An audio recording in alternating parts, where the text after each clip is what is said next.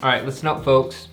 This is Robbie from Believe in the Run. And this is Thomas from Believe in the Run. Is it folks or folks? I guess it depends who you're talking to. I feel like Obama says it in a certain way, and then I say it in not. I think this is your shoe.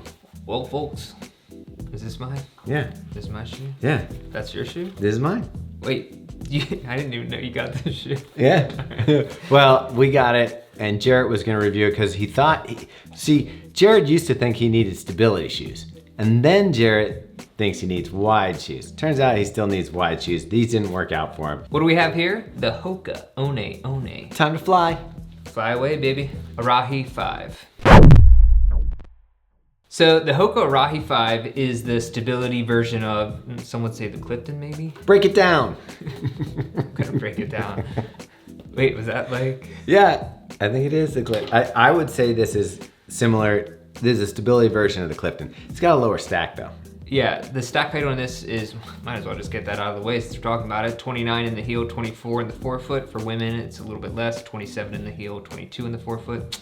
Still sounds like 5. It's 5. That's 5 a 5 millimeter drop. And yeah, so stability version, not much stability though. That's the thing about the HOKA stability line. You're not gonna find the crazy stuff you see on other shoes. I mean, I don't see posting on the inside. How does HOKA do it? Yeah, so what they do to make their shoe a stability shoe is they have this, it's called a J piece. J-frame. J-frame. And it's an EVA, like a harder, more firm EVA. It's denser foam than their regular foam. Right. So what it does, it creates a platform that's gonna give you more stability. The weird thing is most of them work by having a heavy piece of stability right here in the arch on the medial side. Like most stability shoes? Yeah, this one runs all the way along the arch and then circles back to the other side. You know what it does though, Rob? This follows in suit with what I would say is the new modern way to sort of look at stability. Yeah, I mean, we've seen that in the Asics Gel Kayano Light, some other, like the Brooks shoes are now going Nike, to like... Yeah. React Infinity. Yeah, so everyone's going to this less... Even the Puma Eternity. Yeah. Just jumping all over them. What's new in this version? The engineered mesh upper is a little bit better on this. We got this flared out heel counter, which like every HOKA shoe is doing these days. It acts as like a pull tab and a heel counter. I like it. I'm here for it. Yeah, why not? And then the kind of like the midfoot in this shoe, the saddle, if you will, has a better, more lockdown fit than last year's version, which was like a little bit sloppy.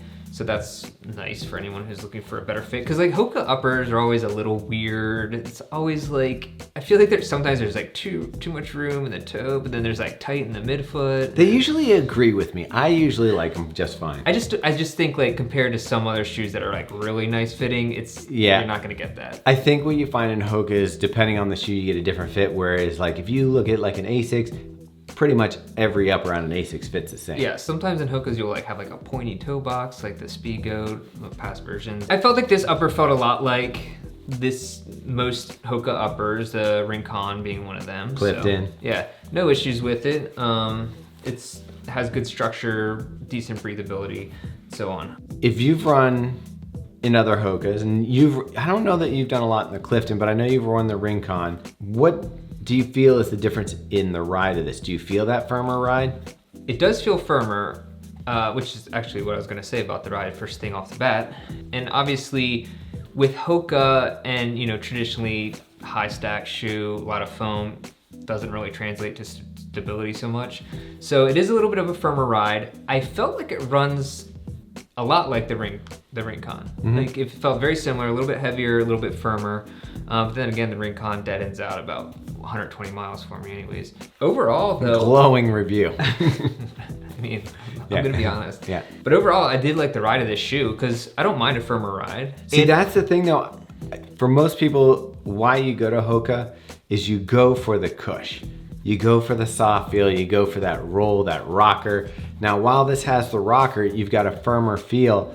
The Mach series used to be a little bit firmer, a little bit harder, and that kind of turned me off on the HOKA. So when we get into this Arahi, you're saying that you didn't mind the firmer feel of it? Yeah, I mean, there's still a decent amount of cushion. You got a, 29 millimeter stack in the heel. So you do get that, and the rocker geometry, I feel like the shoe does roll along pretty nicely.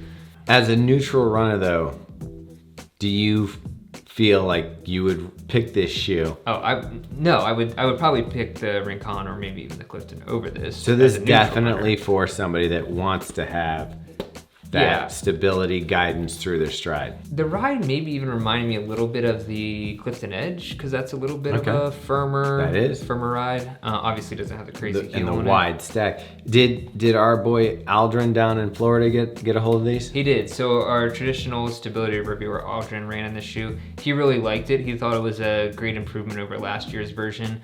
The only minor complaints he said was the midfoot was a little too snug, which I also thought. Does he have a wide foot?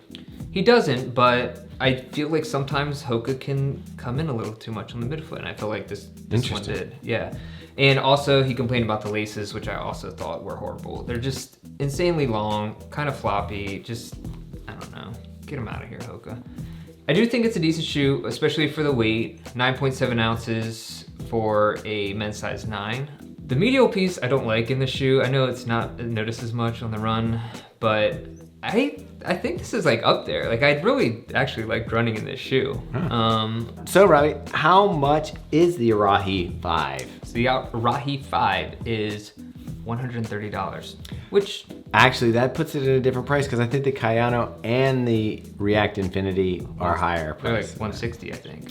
And it's out now, by the way. Could you even get this at, say, Running Warehouse if you use the link in our description? Keep the link down there and pick it up. All right, this is exciting for stability. This is exciting for you who want a stability shoe. I think if you like Hoka, but you're a little worried about the stack height, want a little more structure there to keep your foot in place. Well, I think that the things that you have to remember about this as far as being a stability shoe, lower stack than a traditional Hoka, and the J-frame foam is gonna have a little more support on the medial side, coming all the way around to the lateral side.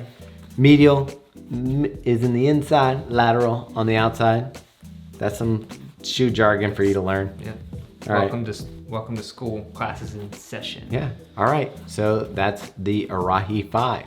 So make sure you subscribe here. Go ahead and hit that like button if you would. That helps us out. Follow us on Instagram. Check out our podcast, The Drop, which this week we have Ilya Kipchoge on. I don't think anybody else can say that. He's already been on by the time this is published. Check it out. Also, we've had Molly Seidel. It's a fun place to go and listen to Robbie and I talk more and hear some interviews with some great athletes and shoe industry people. And join us on all our other social media, Facebook, Instagram. We already said that. I don't know. All the places we are. We are there. Check it out. Say hi to your mom. Yeah. Hi, Mom. Arahi. So while Robbie's gone, we'll play a little dance music.